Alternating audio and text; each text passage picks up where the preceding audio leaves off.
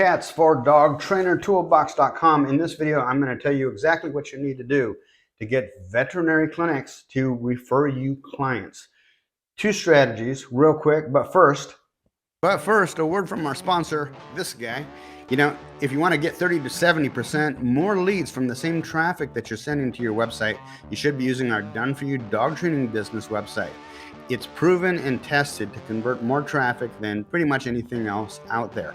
Our client in South Florida went from 1 lead a week to 5 to 7 leads per day, sending the same amount of traffic to his website. The best part is we do it pretty much all for you. You send us a picture, 3 testimonials, and a brief description of your services, and we take care of the rest. You can learn more by subscribing to the Dog Trainer Marketing newsletter at DogTrainerToolbox.com. You'll be redirected to a page where you can read all about our Done For You dog training business website. Now, back to our original programming. So let's talk about how to get veterinary clinics to send you clients. Couple of strategies. One of them I think you've probably never even heard of, or probably haven't thought about anyways. The first one, though, is that if you're in America, and probably other countries are similar, we have something called OSHA requirements, which are basically occupational safety and hazard. I can't remember what it stands for, but it's basically the government says there's certain safety protocols that you need to go over with your staff. And so typically, I think it's like once a month or something, they have to do something with their staff. And so the office manager will typically struggle to come up with different things that they can cover, and it's boring and it's not fun. So instead of just going into the vet clinic and asking them to refer you dog training clients and introduce yourself and they're busy and blah, blah, blah, what you want to do is you want to go to the vet clinic, find out when their slow time is, when they're not, bogged down. So don't go in there like first thing on a Monday morning. You want to go in there maybe like a Wednesday morning or a Thursday afternoon to figure out when it's a little bit slower. And what you want to do is you want to first try and cultivate, if you can, a relationship with the office manager and the vet techs. Typically, you're going to get most of your referrals from office managers and vet techs.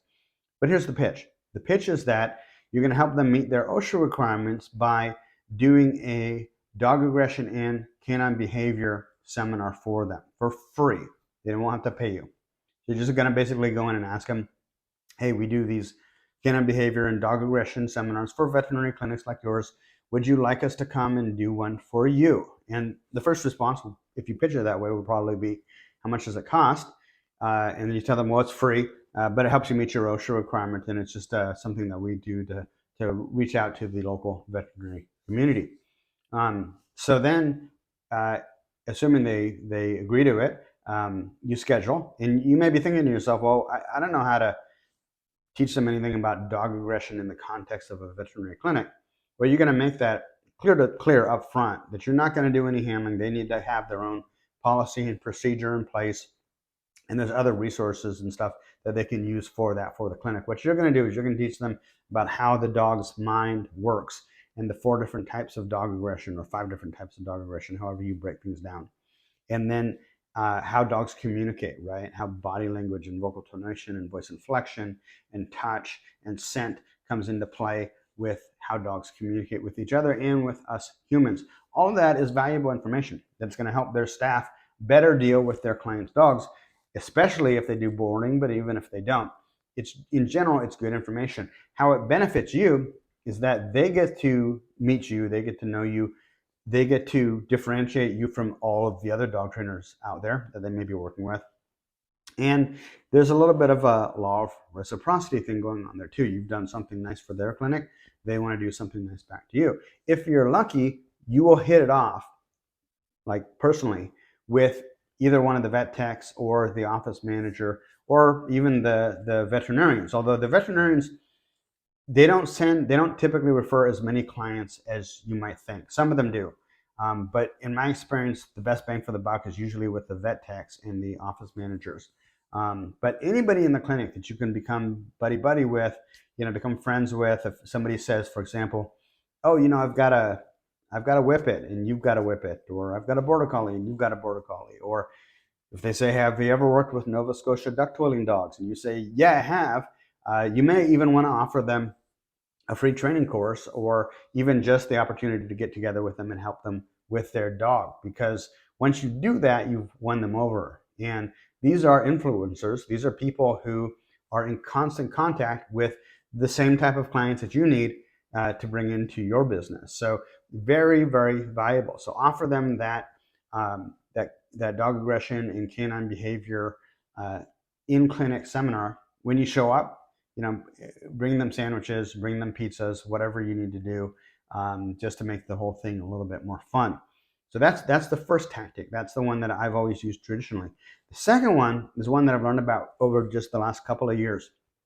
There's typically a veterinarian association that's either regional or statewide.